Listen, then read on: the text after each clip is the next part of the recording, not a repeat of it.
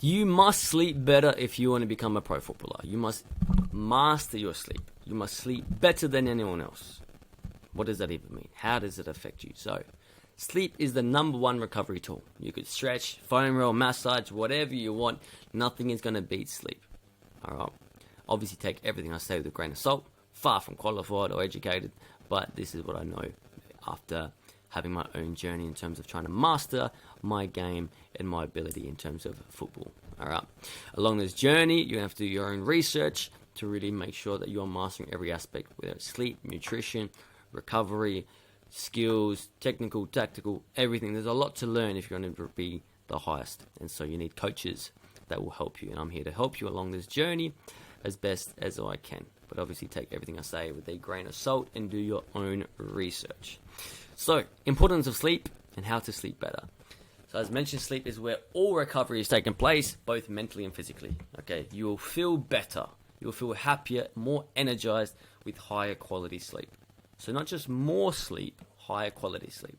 Because you can sleep for 12 hours tossing and turning and you won't feel rested at all. You will have less injuries and feel less sore and less tired with more sleep. So if you're having a big day and your muscles are sore, more sleep will fix that. You know, you're not going to be able to magically take a pill. You're not going to magically be able to stretch and feel that soreness go away. Your body needs to repair the damage. That soreness is micro muscle tears and all that good stuff. It's damaged because when you work, it gets damaged because you're sprinting, jumping, changing directions. Muscle tears happen. And so you must sleep and your body starts rejuvenating those muscles. Obviously, protein helps build those muscles back. Without recovery, you can perform... this may have been written down wrong. Without recovery, if you do not recover, you cannot perform and train with consistency and longevity. Because if you're tired, if you're sore, you're going to need a break, you're going to need rest, you can't train 100% energy. Your training sessions will be at lower quality. The better and more and quicker you recover, the more you can train. So if you could train 24 hours a day, 7 days a week, you'd become a better player. But your body is just humanly not capable of recovering that quickly. And so you'll injure, you'll get tired, your body won't be able to cope and, bad things happen. So then you have to go, okay, well, how much can I train? Well, with bad sleep, no good nutrition, you can only probably train maximum, 5 times a week, even 3 times a week, depending on how strong your body is and how much you're recovering. But maximizing your recovery, maximizing your sleep may increase your energy, may increase your ability for your muscles to recover. And then I can train 4 times a week, 5 times a week, 6 times a week, 7 times a week, twice a day. But that all depends on your body, your recovery processes, and how old you are and things like that, and how you've adapted to more and more trainings. So it's a process. You can't just train bloody 24 hours a day. Of course, unreasonable, you're not going to happen. But I'm just trying to highlight the fact that the more you train, the better you will improve. But there's also the recovery side of that. You need time to recover. But you can accelerate that time to recover. So instead of needing to rest 2 days with proper nutrition, proper sleep, you can reduce that maybe to 1 day's rest, half a day's rest, 1 night's sleep's rest, depending on your body. So this is why it's important, because proper recovery will allow you to train more, and training more makes you a better player. In terms of sleep, once again, I'm not a scientist, but from my own research, you normally sleep within 1.5 hours cycle. So you're either, every 1.5 hours, you go through a sleep cycle. So generally, people say 8 hours of sleep, but that's really in the middle of your sleep cycle. So that's why a lot of people wake up and they're like all groggy and, gonna die. 7.5 hours is a good sleep cycle, or 9 hours is a really good sleep cycle. So those are probably 2 things to aim for. Obviously, you can't be perfect because, you get in bed at, 10 o'clock, or let's say, 10 o'clock or whatever. You're not going to fall asleep straight away. So you're not going to know, okay, 7.5 hours am I really getting? So you could say it probably takes you half an hour to fall asleep. So 8 hours is a good number to aim for, because it takes a half an hour to fall asleep, and then you really have 7.5 hours of proper sleep, and then you've matched that sleep cycle really well. So that's why often people say 8 hours of sleep is really, really good. because it's a good number to aim for. You get that 7.5 hours of proper sleep. What's it, 1.5, 3, 4, yeah, whatever. I can't do maths. But you go through a few sleep cycles. Anyways, moving on. No blue light. What is that? TVs, phones, iPads, this stuff. All this. In your eyes, blue light tells your body that it is daytime. Okay? So when the sun goes away, melatonin, a hormone, something in your body tells you, okay, there's no more light in the world, it must be time to go to sleep. But then that happens, you want to go to sleep, and then you put this in your face, it goes, oh, it's morning, it's daytime, it's not sleep time, and then your body doesn't feel like it wants to go to bed. So if you're one of those people who say, I'm never tired, I don't feel tired, I need to go on my phone for 3-4 hours, well, this is actually what's keeping you up until 3-4 hours later. Your body's actually dying from being up for 18 hours and then eventually fall asleep. But if you eliminate this, your body will fall asleep easier because your body is being told it's bedtime. Your body is being given these hormones which make you tired. So you need those hormones, melatonin, to make you feel tired, to make it easy to fall asleep. But if you have this in your face, your body never gets told to go to sleep, which is why you don't feel tired. So eliminate blue light, eliminate phones, iPads, all that sort of stuff. To make your sleep even better, make your room as dark as possible.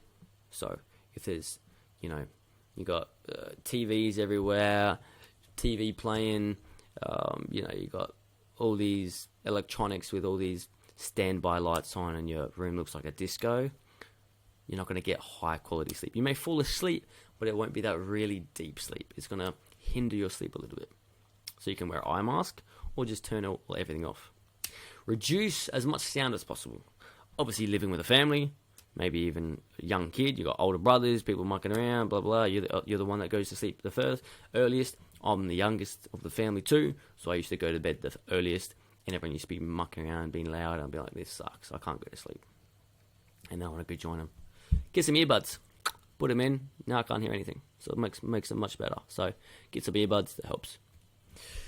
And plus, even in the mornings and things like that, rather than getting woken up by someone else because of the noise, you may just wake up naturally, and then you won't feel so tired and groggy in the morning. So eye mask, earbuds can really help you sleep better. Having a consistent bedtime and wake up time. Routines is the best in terms of sleep and life. Having a routine always helps. So having the same time you fall asleep every day, then your body knows, hey, it's getting to bedtime. It starts producing the melatonin for you, just like we said with the blue light. Once your body gets used to, okay, at 10 p.m. or 6, 7 p.m., 8 p.m., whenever you go to sleep, I produce melatonin, and now it's bedtime. But if you go to bed 1 a.m., the next day it's 6 p.m., then it's 8 p.m., then it's 9 p.m., your body doesn't know when to produce the melatonin. So that's why you can't fall asleep easily. Your body's thinking, what, it's bedtime already? Or, it doesn't know. So that's why consistency is best. And not just consistently going to bed at a certain time, but wake up at a certain time. So then you wake up feeling fresh. Oftentimes, if you wake up at random times, you're going to feel groggy, you're going to feel tired, you're thinking, what's going on? You oversleep, you undersleep. All bad news. Routine, systems are always best. All right. Have a nighttime routine. So when, as you go into bed, this helps the melatonin process, because rather than just hitting 10 p.m. and going, okay, it's bedtime, your body goes, oh, we're in that nighttime routine. It's the process of start building that melatonin in your body.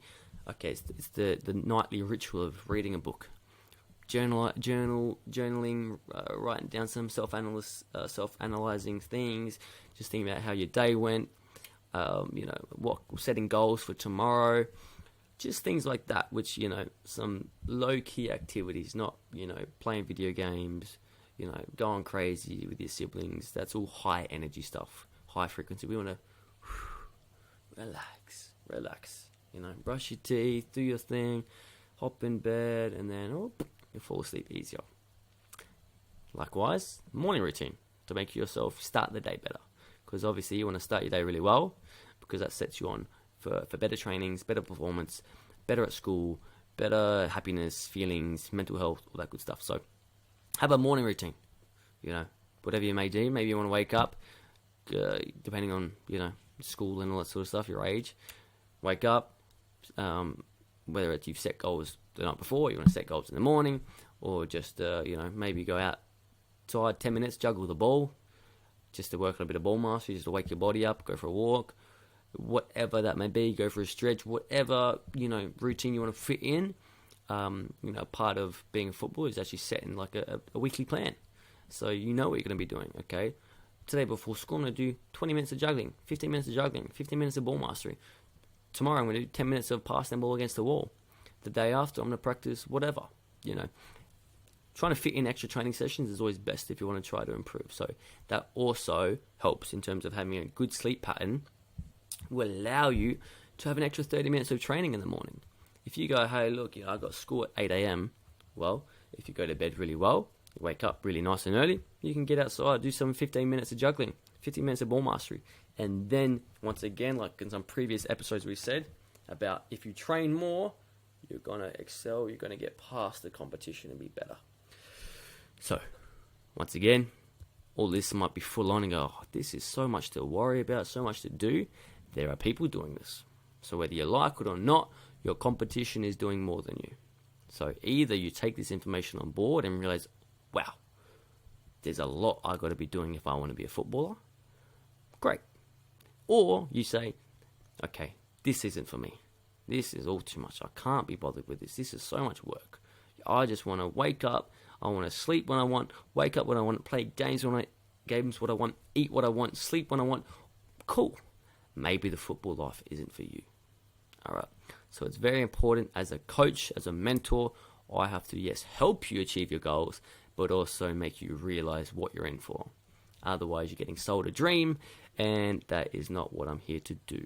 I'm here to help you achieve goals realistically. And it's for some people, and it's not for a lot of people. All right. So please understand what you're getting yourself in for if you really want to get massive success. And that's what I'm here for. I want to create some really good players, some really good superstars, long term. So whether you're just a person overseas, getting some info from us, or if you're a player in the academy, we're here for you. All right. Easy enough. That is some information about sleep. If you want to know more about sleep, I forget the dude's name, but I'm sure if you just go How to Sleep Better book, I think his name's Michael or something, Michael Mosley. This guy is the genius when it comes to sleep.